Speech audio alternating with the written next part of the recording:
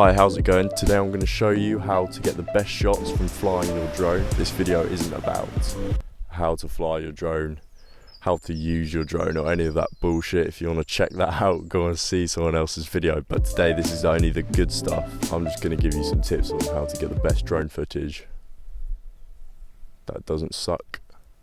The best drone footage that is good. Firstly, I'd say if you want to get the best shots, you can't fly like a pussy.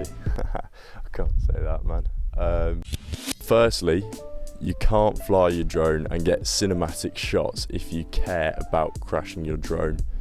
You can tell 100%, trust me, you can tell 100% whether someone is being shy on the controls, being boring with what they're filming, and it just makes for boring drone footage. What do you really want? Do you want the drone or do you want the shots? I think the shots have to take priority. You get shots which reflect the way you've flown your drone. So yeah, my second biggest tip for getting the best shots out of your drone is to fly as controlled as possible. Any slight deviation of path, you're gonna see it so clearly when it comes to looking at the footage. So that's my second tip.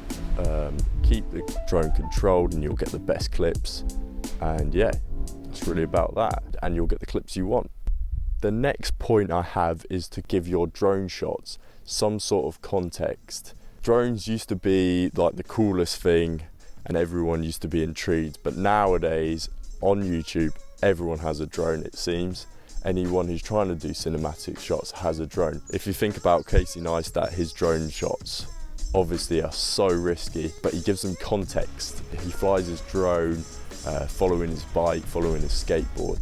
And to people on YouTube who are viewing, they love that because they haven't seen it before and it gives the shot context.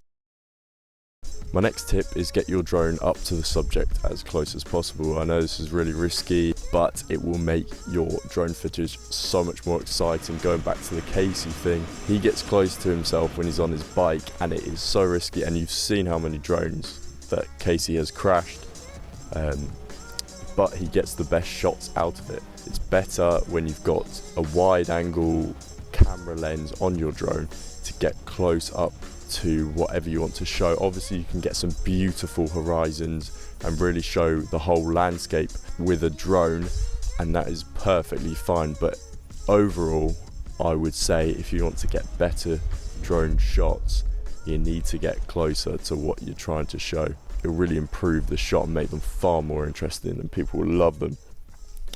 Right, moving on to my fifth point, use your drone to its strengths. The strengths of drones are tracking shots. You can mimic crane shots with them and get some really nice results. A shot that drone pilots often overlook is the overhead shot. You can get a really cool perspective, and that's basically what drones are about, getting a second perspective, getting a different one that not many people have seen before or no one has seen before, and that is why people love drone shots.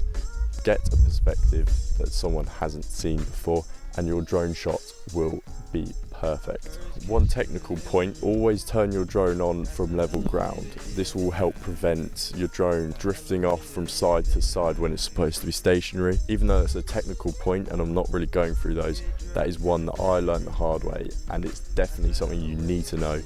Always turn your drone on. Once your drone is on a flat surface, you can concentrate on the important things like actually getting the footage you really want.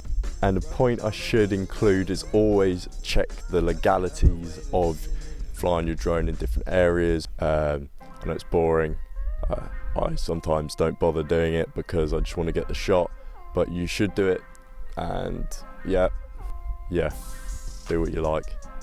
Can't tell you what to do. The last point, the last tip I have to get the best drone shots possible is do something different with your drone. As time goes on, people get used to drones and that's understandable, but what you need to do if you want your drone shots to look the best they can is always try to do something different. I know that there's always going to be someone who has done this shot before, who has who's probably flown a drone in the same place as you before. But if you can try and do something different, that's just going to make your drone footage stand out so much. It's not going to be boring as shit. It's going to be good, and your people reviewing it probably haven't seen anything like it before. So it's just going to increase the popularity of your drone shots and your footage, your film. So yeah, one of the most important things to remember is to do something different with your drone. And I can't stress that enough. And obviously I can't say that my drone footage is exactly the most original drone footage anyone has ever taken, but I always try to do something different with it. Keeping it fresh, being creative with it, being imaginative, always ends up in just sick footage, and everyone's gonna be like, that's sick. So yeah, that's sick, and it's all sick. So those are my tips to getting the best drone footage. Follow my tips and I reckon you'll be getting some really fire drone clips. So those are my tips on how to get the best drone footage. Obviously I'm not an expert and I'm not a professional drone pilot, but I can say that these tips will definitely improve your drone footage. So I hope you've enjoyed the tips. Go and get your drone footage, go and improve your drone shots, and yeah, I hope you've enjoyed the video. Go and check out my other videos. I make like travel videos with a basis on film and photography and cinematic shots. So I hope you enjoy all my other videos and make sure you subscribe. So yeah, that's it. Yeah, go get some good drone shots. That's pretty much it. Sick one. See you in a bit. Perfect.